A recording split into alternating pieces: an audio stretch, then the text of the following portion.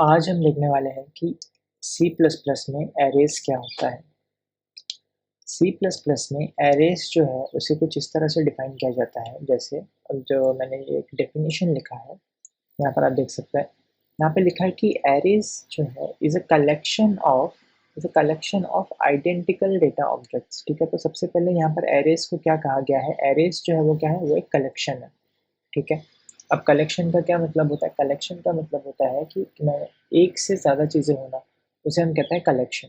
ठीक है, जैसे किसी के पास कार्स का कलेक्शन है या फिर बाइक्स का कलेक्शन है। ठीक है, तो वो एक से ज़्यादा बाइक्स का होना, तो मैं क्या कहूँगा, ये क्या है, कलेक्शन ऑफ बाइक्स। ठीक है, तो एरेज भी क्या है, एक तरह का कलेक्शन है।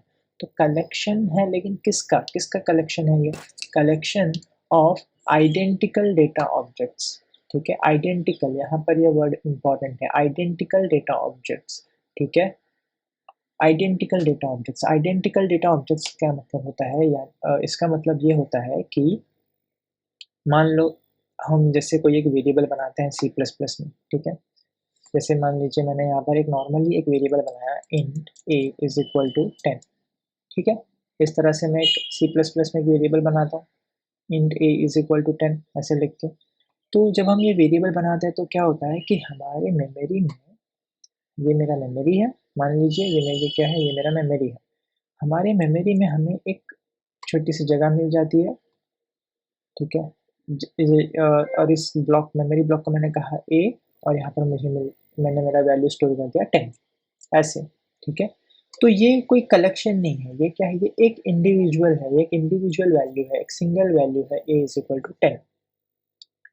लेकिन जब इसी चीज़ को मैं क्या करूँगा, ये मेरे पास एक से ज़्यादा चीज़ें हो, ठीक है, मल्टीपल हो, यानी कि ये जैसे कलेक्शन ऑफ इंटीजर्स। ठीक है, तो जैसे यहाँ पर एक वेरिएबल है, ठीक है, यहाँ पर एक और वेरिएबल आ गया, यहाँ पर एक और वेरिएबल आ गया, तो ये क्या हुआ, मेरा कलेक्शन है, एक से ज़्यादा चीज़ें हैं। लेकिन ये सारे के सारे क्या होने चाहिए, मेरे इंटीजर्स होने चाहिए। ठीक है, या फिर ये सारे के सारे क्या होने चाहिए, कैरेक्टर्स होने चाहिए, या फिर ये सारे के सारे स्ट्रिंग होने चाहिए। ऐसा डेटा टाइप कुछ भी हो सकता है, integer, float, character, string, Boolean, कुछ भी हो सकता है, लेकिन सारे के सारे क्या होने चाहिए, सेम। उस कलेक्शन में क्या होना चाहिए, सेम होना चाहिए। तो एरेज को आप क्या बोल सकते हो, collection of identical data objects. अभी data object, identical data objects का क्या मतलब हुआ, कलेक्शन ऑफ इंटीजर्स, तो ये एक एरे हुआ, कलेक्शन ऑफ कैरेक्टर्स, ये एक एरे हुआ, कलेक्शन ऑफ स्ट्रिंग, ये एक एरे हुआ, ऐसे। ठीक है, ये कलेक्शन होना चाहिए, एक ग्रुप होना चाहिए, ऐसा आप बोल सकते हो। अब यहाँ पर एक और चीज़ मेंशन की गई है, एक और चीज़ क्या मेंशन की गई है, which are stored in consecutive memory location. अब ये कंसेक्यूटिव मेमोरी लोकेशन का क्या मतलब होता है, कंसेक्यूटिव मेमोरी लोकेशन का सिंपल सा मतलब ये होता है कि ये जो हमारी मेमोरी हमें मिली है यहाँ पर, ठीक है, ये क्या है, ये तो है हमारी मेमोरी। ठीक है, मेन मेमोरी आप जिसे बोल सकते हो, ये हमारी मेमोरी है। इस मेमोरी में बहुत सारे ब्लॉक्स क्या होंगे, खाली होंगे। ठीक है, हमारी मेमोरी में बहुत सारे ब्लॉक्स क्या होंगे, ऐसे खाली होंगे, राइट, बहुत सारे ब्लॉक्स ऐसे खाली होंगे। तो हमने हमारे जो कलेक्शन के जो नंबर्स हैं, ठीक है, या फिर हमारे जो कलेक्शन के जो इंटीजर्स है, उसको हमने रैंडमली कहीं पर भी प्लेस नहीं किया है। ठीक है, यानी कि एक इंटीजर इस वाले ब्लॉक में है, फिर दूसरा इंटीजर इस ब्लॉक में है, फिर तीसरा इंटीजर इस ब्लॉक में है, ऐसा नहीं है। हमने क्या किया है कि हमारा जो कलेक्शन है वो हमने ऐसे मेमोरी ब्लॉक्स में रखा है जो कैसे है, कंसेक्यूटिव है, कंटिन्यूस है, एक दूसरे के बाजू में है। ठीक है, देखो इसका इसके बाजू में ये है, इसके बाजू में ये आ गया, है, कंटिन्यूस है ये। ठीक है, अब यहाँ पर हमने क्या क्या वैल्यू स्टोर किया है, 10। अब ये ज़रूरी नहीं कि आपको वैल्यूज़ भी सेम रखना, हो सकता है आप यहाँ पर वैल्यूज़ को चेंज कर दो, 10 कर दो, 40 34 कर दो, 0 कर दो, कुछ भी हो सकता है। लेकिन यहाँ पर देखने वाली बात यह है कि ये कंसेक्यूटिव मेमोरी लोकेशन होना चाहिए, कि एक के बाजू में एक, ऐसे एरेज में ऐसे होता है। अगर आप कहेंगे यहाँ पर 10 है, 34 है, 0 है, और अगर आपने एक वैल्यू यहाँ पर स्टोर किया, मान लीजिए 3, तो ये जो 3 है ये इस कलेक्शन का, इस एरे का पार्ट नहीं हो सकता है। ठीक है, एक चीज़ ये आपको ध्यान रखना है। तो एरेस में क्या क्या चीज़ें ध्यान रखनी है? सबसे पहली चीज़ कि ये जो वैल्यू है इसका डेटा टाइप क्या होना चाहिए, सेम सारे के सारे इंटीजर या फिर सारे के सारे स्ट्रिंग, फ्लोट, डबल सबका सेम होना चाहिए। हम इसमें ऐसा नहीं कर सकते कि ये 2 इंटीजर है और यहाँ पर आपने एक कैरेक्टर डाल दिया, ऐसे नहीं चलेगा, ये गलत है। तो आपको यहाँ पर कोई ना कोई एक इंटीजर की वैल्यू ही डालना पड़ेगा, ठीक है? और ये कैसे लोकेशन में स्टोर होने चाहिए? Consecutive memory location, continuous memory location होना चाहिए, एक के बाजू में एक होना चाहिए, ठीक है? अच्छा, इसमें एक और चीज़ क्या बोला है? एक और चीज़ ये बोला गया है कि कॉमन वेरिएबल नेम, ये भी बोला गया है कि वेरिएबल नेम क्या होना चाहिए? कॉमन होना चाहिए। कॉमन का क्या मतलब होता है कि इस पूरे कलेक्शन को आप एक नाम दोगे, इस पूरे कलेक्शन को आप एक नाम दोगे। इसका क्या मतलब होता है? देखो, जैसे अगर मैं एग्ज़ाम्पल के लिए आपको एक इंटीजर का एरे बनाऊँ के दिखाऊँ, तो कैसे बनेगा? आप लिखोगे इंट, ठीक है? फिर आप दोगे एरे का नाम। जैसे मान लीजिए मुझे मार्क्स स्टोर करने हैं किसी के, तो मैंने लिखा मार्क्स, ठीक है? एरे कैसे बनता है मैं आपको बता रहा हूँ। आपने लिखा इंटीजर इंट मार्क्स, ठीक है? फिर यहाँ पर आपको ये स्क्वायर ब्रैकेट्स देने हैं और इसके अंदर आप जो है साइज़ आप मेंशन कर सकते हो। क्या मेंशन कर सकते हो? साइज़। जब आप ऐसे लिखोगे तो क्या होगा कि आपको मेमोरी में, ठीक है? आपका ये जो मेमोरी है, ठीक है? ये आपका मेमोरी हो गया। इस मेमोरी में इस मेमोरी में आपको 4 स्पेस मिल जाएँगे, ठीक है? 4 मेमोरी ब्लॉक मिल जाएँगे। क्यों 4 ब्लॉक मिल जाएँगे? क्योंकि आपने यहाँ पर मेंशन किया है 4 और ये 4 क्या बताता है? ये 4 जो है, ये बताता है आपका साइज़। क्या बताता है आपका? साइज़, कि भाई मेरा ये जो कलेक्शन होगा, इस कलेक्शन में मेरे कितने इंटीजर्स होंगे, वो बताएगा 4, ठीक है? तो ये नंबर आप कुछ भी दे सकते हो, मैंने यहाँ पर एग्ज़ाम्पल के लिए लिया है 4। तो ये क्या होगा? ये मेरा कंटीन्यूअस मेमोरी लोकेशन में होना चाहिए, ठीक है? ऐसे।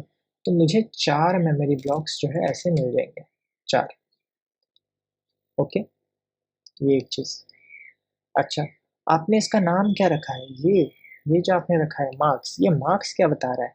मार्क्स बताता है कि उस कलेक्शन को नाम क्या दूँ मैं, ठीक है? ये क्या है मेरा? मार्क्स क्या है मेरा? एरे नेम, ठीक है? कि इस कलेक्शन को, इस ग्रुप को मैं क्या नाम दूँ? तो वो नाम मैंने दे दिया है मार्क्स। ये नाम आप कुछ भी दे सकते हो, ठीक है?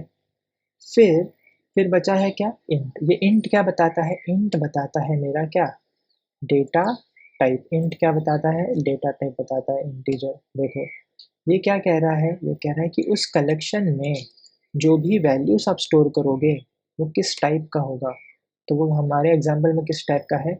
इंट टाइप का है, इंटीजर टाइप का है। तो हम हमारे कलेक्शन में जो भी वैल्यूज़ डालेंगे, वो हम इंटीजर टाइप के वैल्यूज़ को ही डालेंगे, ठीक है? आई होप कि इतना समझ आया होगा।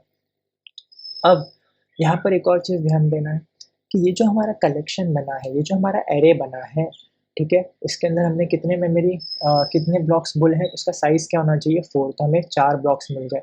इन सबको हम क्या कर सकते हैं? पोज़ीशन नंबर असाइन कर सकते हैं। जैसे ये जो फर्स्ट पोज़ीशन होता है, इसे हम देते हैं पोज़ीशन नंबर 0, फिर सेकंड पोज़ीशन को हम देते हैं 1, फिर उसके बाद यहाँ पर आता है 2 और यहाँ पर आ जाएगा 3। तो यहाँ पर जो पोजीशन का जो काउंटिंग नंबर है, ठीक है? पोजीशन का काउंट हम शुरू करेंगे 0 से। पोजीशन का काउंट हम शुरू करेंगे 0 से, 1 से नहीं शुरू होगा, 0 से शुरू होगा। इसी पोजीशन को, ठीक है, हम कहते हैं इंडेक्स नंबर। प्रोग्रामिंग के लैंग्वेज में हम इसे कहते हैं इंडेक्स नंबर, इंडेक्स नंबर, ठीक है? या फिर आप समझने के लिए आप यहाँ पर पोजीशन नंबर भी आप बोल सकते हो, ठीक है? तो आप इसे इंडेक्स नंबर बोलो या फिर पोजीशन नंबर बोलो, ठीक है? प्रोग्रामिंग में हम इसे जनरली इंडेक्स नंबर के नाम से रेफर करते हैं। तो इंडेक्स नंबर क्या बताता है? पोजीशन बताता है कि कलेक्शन में फर्स्ट पोजीशन पर क्या है, तो 0 पोजीशन पर क्या है, फर्स्ट पोजीशन पर क्या है, सेकंड पोजीशन पर क्या है और थर्ड पोजीशन पर क्या है। तो जब आप यहाँ पर साइज़ मेंशन करते हो 4, तो इससे आपको क्या-क्या पता चल जाएगा। देखो, स्टार्टिंग इंडेक्स नंबर क्या होता है? स्टार्टिंग नंबर इंडेक्स नंबर होता है 0। आपका साइज़ कितना है? 4। तो साइज़ क्या बता रहा है कि कितने एलिमेंट? तो 1, 2, 3, 4। ठीक है, ये 4 बता रहा है, तो आपका एंडिंग इंडेक्स नंबर क्या होगा, इसमें से हमेशा 1 माइनस कर दो तो 4 माइनस 1 3, तो आपका स्टार्टिंग इंडेक्स होगा 0 और एंडिंग इंडेक्स होगा 3। ठीक है, ये समझ आया, 0 1 2 3। तो इंडेक्स नंबर अलग है, ये साइज बताता है, ये इंडेक्स नंबर नहीं, ये क्या बताता है, साइज बताता है। आपको अगर उसका एंडिंग इंडेक्स नंबर अगर चाहिए होगा तो आप 1 माइनस करोगे तो आपको ये मिलेगा। ठीक है, तो ये हो गया मेरा इंडेक्स नंबर या फिर पोजीशन नंबर। अब तक हमने इसके अंदर कुछ वैल्यू नहीं डाला। ठीक है, देखो हमने यहाँ पर अभी तक कुछ भी वैल्यू नहीं डाला है। अगर हमें वैल्यू डालना होता है तो हम कैसे डाल सकते हैं, यहाँ पर एक तरीका है मेरे पास। क्या तरीका है, देखो हम यहाँ पर लिखेंगे मार्क्स। ठीक है, मार्क्स क्या है, मेरा कलेक्शन का नाम है, जो आपने यहाँ पर हमने लिखा था कॉमन वेरिएबल नेम। ठीक है ना, सभी को एक ही कॉमन वेरिएबल नेम से ये हमारा कलेक्शन का नाम होगा। ठीक है ना, कॉमन वेरिएबल नेम, तो इसका कॉमन वेरिएबल नेम क्या है, मार्क्स, तो हमने लिखा मार्क्स। ठीक है, मार्क्स हमने लिख दिया, फिर हम यहाँ पर लिखेंगे स्क्वायर ब्रैकेट। ठीक है, इसे ध्यान से देखना, फिर मैंने लिखा यहाँ पर 0। ठीक है, 0 इज इक्वल टू 45, ऐसे मैंने लिखा। इसका क्या मतलब हुआ, इसका मतलब ये हुआ कि मार्क्स नाम के एरे में, ठीक है, अच्छा ठीक है, मार्क्स नाम का एरे मिल गया मुझे, उसके 0 इंडेक्स नंबर पे, ठीक है, 0 इंडेक्स नंबर यानी कि फर्स्ट वाला, ये वाला, उसके अंदर आप क्या वैल्यू असाइन करना है। जब भी हम ये इक्वल टू यहाँ पर यूज़ करें, इसका मतलब क्या होता है, असाइन, राइट। तो ये 45 जो है, ये 45 जो है, ये 45 को आपको वैल्यू लेके कहाँ पर असाइन करना है, 0 इंडेक्स नंबर पे। तो 0 इंडेक्स नंबर पे यहाँ पर आपका वैल्यू क्या स्टोर हो जाएगा, आपका वैल्यू यहाँ पर जो स्टोर होगा वो होगा 45, इस तरह से, राइट। तो इस यहाँ पर अगर आपको किसी भी पोजीशन पर वैल्यू डालना है तो हम उसे एक्सेस कैसे करेंगे, इंडेक्स नंबर के हेल्प से। वैसे ही अगर आप यहाँ पर ऐसे लिखोगे मार्क्स इंडेक्स एट इंडेक्स 2 34, इसका मतलब क्या हुआ कि इंडेक्स नंबर 2 में, ठीक है, 0 1 2, इंडेक्स नंबर 2 में आपको वैल्यू क्या डालना है, 34 वैल्यू डालना है, तो आप यहाँ पर 34 वैल्यू डालोगे। ऐसा ऐसा करके आप ये जो है सारे के सारे वैल्यूज आप असाइन कर सकते हो। ठीक है, अच्छा इसमें एक क्वेश्चन है, इस क्वेश्चन में ये आएगा कि ये जो मार्क्स नाम का एरे आपने बनाया है, इसे कितना साइज का मेमोरी एलोकेट हुआ है, राइट। इसे कितने साइज का मेमोरी एलोकेट हुआ, इसे कितना मेमोरी मिला है, ये तो वो कैसे कैलकुलेट किया जाएगा। देखो सबसे पहले आप ये देखो कि ये जो एरे है वो किस टाइप का एरे है। तो अगर आप यहाँ पे देखोगे इसका डेटा टाइप क्या है, इंटीजर। ठीक है, तो अगर आप यहाँ पे देखो कि मैं नॉर्मल अगर कोई वेरिएबल बनाता हूँ int a is equal to 10 ऐसे, ठीक है, तो ये जो वेरिएबल मेरा बनेगा एक नॉर्मल एक मेरा सिंगल एक वेरिएबल बनाया मैंने a, और इसके अंदर मैंने वैल्यू लिखा 10। तो इस ये एक ब्लॉक का साइज कितना होता है, ठीक है, ये जो एक वेरिएबल इंटीजर टाइप का, ठीक है, डिपेंड करता है किस पे, इस डेटा टाइप पे। ठीक है ना, मेमोरी साइज किस पे डिपेंड करता है, इस डेटा टाइप पे। किसका डेटा टाइप क्या है, इंटीजर है यहाँ पर, राइट। तो इंटीजर है, तो इंटीजर के लिए हमें कितना मेमोरी साइज मिलता है। ठीक है, तो इंटीजर के लिए आपको याद रखना है, आपको हमेशा कितना बाइट मिलेगा, 4 बाइट्स। ठीक है, अच्छा ये भी अगेन कंपाइलर पर डिपेंड करता है कि कौन से कंपाइलर में कितना मेमोरी एलोकेट किया जाता है, लेकिन जनरली न्यू कंपाइलर्स में जो है 4 बाइट मिलता है इंटीजर को। ठीक है, तो ये जो एक इंटीजर को स्टोर करने के लिए अगर मेरे 4 बाइट्स यूज़ हो रहे हैं तो सिंपल है, अगर मेरे ऐसे ही मेरे पास अगर 4 इंटीजर्स अगर मैं यहाँ पर स्टोर कर रहा हूँ तो मेरा टोटल मेमोरी स्पेस कितना मुझे एलोकेट होगा। ठीक है, तो अगर एक ब्लॉक के लिए 4 मिल रहा है तो ऐसे ही 4 ब्लॉक के लिए मुझे मिलेंगे सिंपल 4 इंटू 4 16 बाइट्स का मेमोरी जो है मेरा वो यूज़ होगा। ठीक है, अगर आपका एरे साइज जो है वो 5 है, ठीक है, यानी कि तो 5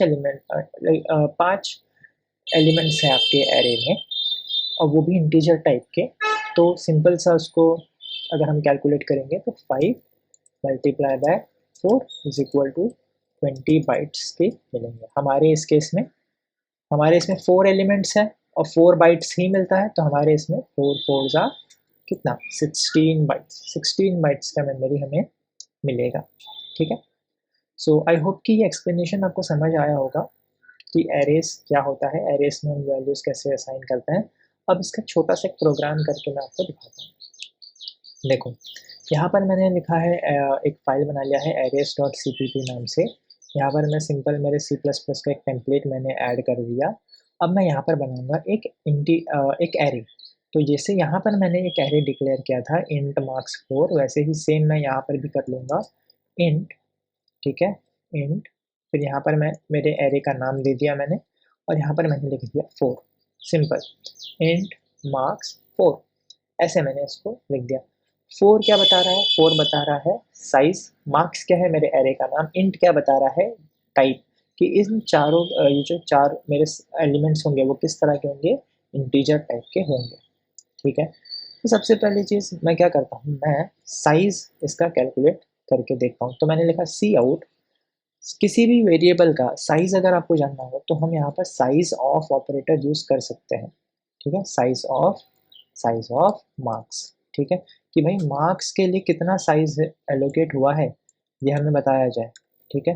हमने क्या लिखा, मार्क्स एंडल, एंडल किस लिए लिखा, एंड लाइन, ठीक है, लाइन को एंड कर देगा, एक न्यू लाइन दे देगा हमें, इसलिए। तो सिंपल सा मैंने प्रिंट किया है। यहाँ पर मैं टर्मिनल पे जाता हूँ, इसको मैं कंपाइल कर लेता हूँ सबसे पहले, ठीक है, ये मेरा कंपाइल हो गया। कंपाइल होने के बाद मैं यहाँ पर मेरे इस प्रोग्राम को, ठीक है, मेरे फाइल का नाम arrays.cpp था, तो मैं इसे रन करता हूँ ऐसे कुछ। अगर आप देखोगे यहाँ पर मुझे मिला 16। ये 16 क्यों मिला, क्योंकि 4 बाइट आपका यहाँ पर साइज़ है, 4 साइज़ है, और क्योंकि इंटीजर टाइप का एरे है तो आपको ये सिंपल सा कैलकुलेशन यहाँ पर समझ आया होगा कि 4 4 16। अगर मान लीजिए इसका साइज़ होता 5, इसका साइज़ होता 5, और अगर मैं इसको फिर से कंपाइल करूँ, ठीक है, अब हमें आंसर में क्या मिलना चाहिए, अब हमें आंसर मिलना चाहिए, मैं क्लियर स्क्रीन करता हूँ यहाँ पर, अब हमें आंसर मिलना चाहिए 20। 20 कैसे मिला, साइज़ है 5, और इंटीजर के लिए हमें पता है 4 बाइट यूज़ होता है, 4 बाइट एक इंटीजर के, तो 5 इंटीजर के लिए 20। अगर मैं इसका डेटा टाइप चेंज कर दूँ, यहाँ पर लिखूँ कैर, ठीक है, कैरेक्टर। अब कैरेक्टर के लिए अगर आपको पता हो तो कैरेक्टर के लिए हमेशा मिलता है 1 बाइट। कैरेक्टर के लिए कितना बाइट मिलता है, 1 बाइट मिलता है, ठीक है। यहाँ पर मैं लिखता हूँ कैरेक्टर के लिए हमें 1 बाइट ऑफ मेमोरी मिलता है। तो हमने बोला कि ये कलेक्शन है, ठीक है, कितने एलिमेंट्स होने चाहिए, 5 एलिमेंट्स होने चाहिए। अच्छा, तो उसको मेमोरी कितनी मिलनी चाहिए, 5 एलिमेंट है और कैरेक्टर है, एक कैरेक्टर को कितना, 1 बाइट, तो 5 कैरेक्टर के लिए 5 बाइट, सिंपल। तो अगर मैं इसे फिर से कंपाइल करूँ,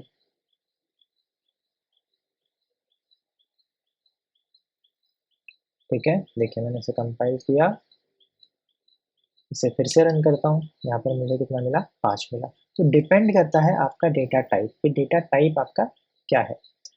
हमारे केस में अभी हम इंटीजर ले रहे हैं, इंटीजर ले लिया, तो साइज ऑफ आपको आई होप समझ आया होगा। मैं इस लाइन को अभी कमेंट कर देता हूँ, ठीक है, कमेंट कर दिया। अब आगे बढ़ते हैं। अब मुझे क्या करना है, अब मुझे एक एक वैल्यू, देखो यहाँ पर इसे एक एक वैल्यू जो है मुझे असाइन करनी है। तो मैं कैसे कर सकता हूँ, तो मैं यहाँ पे लिख सकता हूँ मार्क्स इंडेक्स नंबर 0 पे आप डाल दो 23, ठीक है, फिर मार्क्स इंडेक्स नंबर 1 पे आप डाल दो 45, ऐसे, ठीक है, ये दो चीज़। अब क्या करेंगे, अब ये दो चीज़ हमने डाल दी 23 45, तो हमारे केस में फर्स्ट वाले में आ गया 23, यहाँ पर आ गया 45, करेक्ट, यहाँ पर हमने दे दिया 45, और ये वाला तो खाली है, ये वाला भी खाली है, ठीक है, ऐसे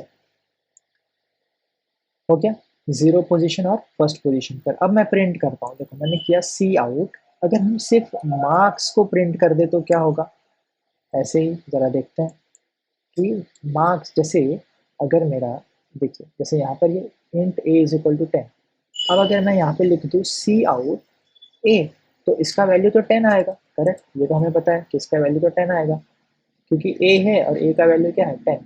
लेकिन क्या मार्क्स में भी ऐसा कुछ आएगा, क्योंकि मार्क्स सिर्फ अभी एक वेरिएबल का नाम नहीं है, मार्क्स क्या है, मेरे कलेक्शन का नाम है। तो अगर मैं ऐसा कुछ करूँ तो क्या आएगा, चलो देखते हैं। टर्मिनल पे गया, रंबल टास्क करके उसको पहले मैं करता हूँ कंपाइल, ठीक है, कंपाइल होने के बाद मैं से फिर से करता हूँ रन। अगर आप यहाँ पे देखोगे तो यहाँ पर मुझे मिल गया क्या, ये क्या है, ये एक एड्रेस है, क्या मिला मुझे, एड्रेस। तो एक चीज़ आपको ध्यान रखनी है, जिस तरह से वेरिएबल में हमने वैल्यू पास कर, वैल्यू असाइन करने के बाद जब हम यहाँ पर वैल्यू प्रिंट करते हैं तो हमें मिलता है उसका क्या, एक्चुअल वैल्यू 10। एरे में ऐसा नहीं होता, एरे में क्या मिलता है, एरे में हमें मिल जाता है एड्रेस। एरे में हमें क्या मिल जाता है, एड्रेस। एड्रेस किसका address, address of first element. ये चीज़ आपको याद रखनी है, एड्रेस ऑफ फर्स्ट एलिमेंट हमें हमेशा मिलता है। ठीक है, एड्रेस ऑफ फर्स्ट एलिमेंट, ये चीज़ आपको हमेशा याद रखनी है। जब हम सिंपल एरे का नाम जब हम प्रिंट करते हैं तो एड्रेस ऑफ फर्स्ट एलिमेंट, ये जो फर्स्ट एलिमेंट है इसका कुछ एड्रेस होगा, राइट, इसका भी कुछ एक अलग एड्रेस होगा, तो हमें हमेशा element of address of first element ये मिलता है। ठीक है, तो आप एरे को ऐसे डायरेक्ट प्रिंट नहीं कर सकते, कैसे प्रिंट करेंगे वो मैं बताऊंगा, हम इसमें लूप यूज़ करेंगे, लेकिन आप डायरेक्ट प्रिंट नहीं कर सकते। जब आप डायरेक्ट प्रिंट करोगे तो आपको मिलेगा address of first element, first element का एड्रेस मिल जाएगा आपको। ठीक है, अगर आप चाहते हैं कि मुझे फर्स्ट एलिमेंट का वैल्यू भी चाहिए तो आपको क्या क्या प्रिंट करना होगा, मार्क्स, फिर आपको यहाँ पर ऐसे प्रिंट करना होगा इंडेक्स नंबर 0, कि इंडेक्स नंबर 0 पे क्या है वो बताओ। तो यहाँ पर अगर मैं फिर से इसको भी कंपाइल करूँ, अगर मैं कंपाइल किया, प्रिंट किया, अब देखो यहाँ पर मिला 23। 23 कहाँ से आया, क्योंकि हमने फर्स्ट पोजीशन पे क्या डाला था, 23, तो यहाँ पर मिला 23। अच्छा, अगर मैं इसको 1 करूँ तो इंडेक्स नंबर 1 पे हमने क्या डाला है, 45, तो इसके आउटपुट में भी क्या आना चाहिए, 45 आना चाहिए। चलो देखते हैं 45 आता है कि नहीं। यहाँ पर गया एरेस, देखो 45 आया, करेक्ट। चलो अब मैं इसको क्लियर कर देता हूँ। अब एक क्वेश्चन आ सकता है आपके माइंड में कि ये तो समझ आ गया, इंडेक्स नंबर 0 में हमने वैल्यू डाला 23, इंडेक्स नंबर 1 में भी हमने वैल्यू डाला, 2 और 3 में तो हमने कोई वैल्यू डाला ही नहीं है अभी तक, करेक्ट। क्या हो अगर मैं इसको यहाँ पर 2 लिख दूँ, तो 2 पे तो हमने कुछ वैल्यू ही नहीं दिया, क्या होएगा इसका आंसर, देखो इसको मैं फिर से करता हूँ कंपाइल। ठीक है, कंपाइल किया, अब इसको करूँगा मैं रन। ठीक है, जब मैं इसको रन कर रहा हूँ तो क्या आया, 0 आया। ठीक है, अगर मैं इंडेक्स नंबर 3 भी तो खाली है, अच्छा इंडेक्स नंबर 3 में भी एक बार चेक कर लो क्या है, इंडेक्स नंबर 3 में गया, टर्मिनल पे गया, रन वाले टास्क करके इसको मैंने कंपाइल किया। ठीक है, और फिर से मैं रन करता हूँ, फिर से रन किया, क्या आया, 0, यानी कि 2 पे भी 0 है, 3 में भी 0 है। ठीक है, यानी कि 2 में भी क्या है, 0, 3 में भी क्या है, 0। अगर हमने कुछ वैल्यू डाला ही नहीं, इसका मतलब बाय डिफ़ॉल्ट उसमें क्या वैल्यू होगा, 0 होगा, करेक्ट ना। बाय डिफ़ॉल्ट क्या वैल्यू होगा, 0। अच्छा एक चीज़, अगर मैं ये दोनों में भी अगर वैल्यू नहीं डालूँ, 0 और 1 में भी मैंने वैल्यू नहीं डाला, यानी कि हमने सिर्फ एरे बनाया, वैल्यू तो हमने किसी में भी नहीं दिया, क्या अभी भी इसमें 0 ही होगा। चलो चेक करते हैं, मैं इसको फिर से कंपाइल करता हूँ। ठीक है, फिर से मैंने कंपाइल कर दिया, अब देखो अब यहाँ पर क्या आया, 0 आ गया, करेक्ट। यानी कि बाय डिफ़ॉल्ट अगर हम यहाँ पर कुछ वैल्यू ना दें तो वैल्यू क्या होगा, 0 होगा। अगर हमने यहाँ पर कुछ भी वैल्यू नहीं दिया है तो, ठीक है, और अगर हमने वैल्यू दे दिया तो जो भी वैल्यू दिया है वो आएगा, सिंपल। ठीक है,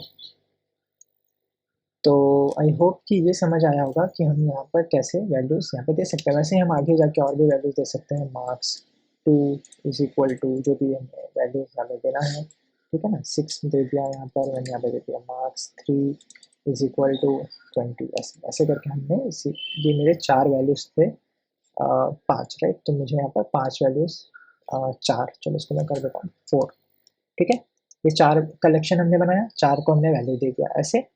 और यहाँ पर हम यहाँ पे नॉर्मल जैसे जो भी वैल्यू हमें, जो भी इंडेक्स का वैल्यू हमें चाहिए होगा हम यहाँ पे प्रिंट कर लेंगे। जैसे मैंने किया 4, तो अच्छा यहाँ पर 4 तो है ही नहीं इंडेक्स नंबर, 0 1 2 3 है, 4 है क्या, 4 तो नहीं है। अगर मैं 4 करूँ तो क्या होगा, टर्मिनल पे जाओ, मैनुअल टास्क करके कंपाइल करके देखो क्या आएगा इसका आंसर। देखो यहाँ पर ये कंपाइल हुआ ही नहीं, क्या आ गया, एरर आ गया। क्या एरर आया है यहाँ पर, अगर आप यहाँ पर पढ़ो इसका एरर, हमें कुछ इतना सारा मैसेज हमें यहाँ पर मिल रहा है। चलो यहाँ पर क्या आया है देखो, एक वार्निंग हमें दी गई है, array index 4 is the past the end of array which contains 4 element. ठीक है ना, तो ये हमें एरर मैसेज आ गया है, वार्निंग। तो वो कह रहा है कि आप ऐसे नहीं दे सकते। तो हम अगर यहाँ पे इसको 3 कर देते, 3 कर देते कोई दिक्कत नहीं है। 3 के लिए इंडेक्स नंबर पे तो हमारा वैल्यू है ही, राइट। तो देखो यहाँ पर मैं गया, 3 इंडेक्स नंबर पे क्या है 20 है, तो 20 आ जाएगा, सिंपल, ठीक है। तो कुछ इस तरह से, हम एरेस में वैल्यू दे सकते हैं, ओके। अच्छा, अगर अगर यहाँ पे मेरा जो एरे का साइज है, मान लीजिए अगर यहाँ पर 10 होता, ठीक है, 10 होता, तो मुझे इसे 10 0 1 2 3 ऐसे करके लिखना पड़ता, राइट। अगर फिर इसके नीचे फिर मुझे ऐसे भी लिखना पड़ेगा, marks of 4 is equal to जो भी वैल्यू देना है, ऐसे करके लिखना पड़ेगा। तो ऐसे कितना लिखना पड़ेगा? तो इसका एक और तरीका है लिखने का। एक और तरीका क्या है, आप क्या कर सकते हो, ऐसे सिंगल सिंगल लिखने के बजाय आप क्या कर सकते हो, जब आप एरे बना रहे हो, यहाँ पे मान लीजिए मैंने बनाया 4 साइज का एरे, जब आप बनाते हो तभी आप ये असाइन ऑपरेटर यूज़ करके, जैसे हम नॉर्मली इक्वल टू बोल देते हैं, तो ये असाइन का ऑपरेटर यूज़ करके आप ये कर्ली ब्रेसेस का यूज़ करके यहाँ पर भी आप वैल्यू दे सकते हो। जैसे यहाँ पे 4 है, 4 साइज है, राइट। तो यहाँ पर मैं 4 एलिमेंट्स यहाँ पर मैं ऐसे दे सकता हूँ, सिंपल, ठीक है। तो ये वही काम करेगा। तो ये इंडेक्स नंबर 0, इंडेक्स नंबर 1 2 और 3 में, सिंपल। आप चाहो तो आप यहाँ पर आप ऐसे प्रिंट करके भी आप देख सकते हैं। जैसे मैंने यहाँ पर प्रिंट किया इंडेक्स नंबर, ये एंडल क्या होता है पता ही होगा आपको, न्यू लाइन के लिए ऐसे प्रिंट कर सकते हैं। तो मैं टर्मिनल पे गया, रन बाय पास किया मैंने, कंपाइल किया, राइट, इसको रन किया, देखो क्या आया। तो यहाँ पर मैंने सी आउट 1 किया है और 3 किया, तो 1 पे क्या है 0 1 6 है, करेक्ट। 2 3 3 पे क्या है 89, तो 6 और 89 आ गया, ठीक है। ऐसे तो आप ऐसे प्रिंट कर सकते हो। अच्छा, एरेस के ऊपर और भी बहुत सारे ऑपरेशंस होंगे, कैसे ऑपरेशंस होंगे, क्या क्या हम इसमें चेंज कर सकते हैं, नहीं कर सकते, सब कुछ हम नेक्स्ट वीडियो में देखेंगे। नेक्स्ट वीडियो में हम ये देखेंगे कि एरेस के लिए हम लूप कैसे यूज़ कर सकते हैं।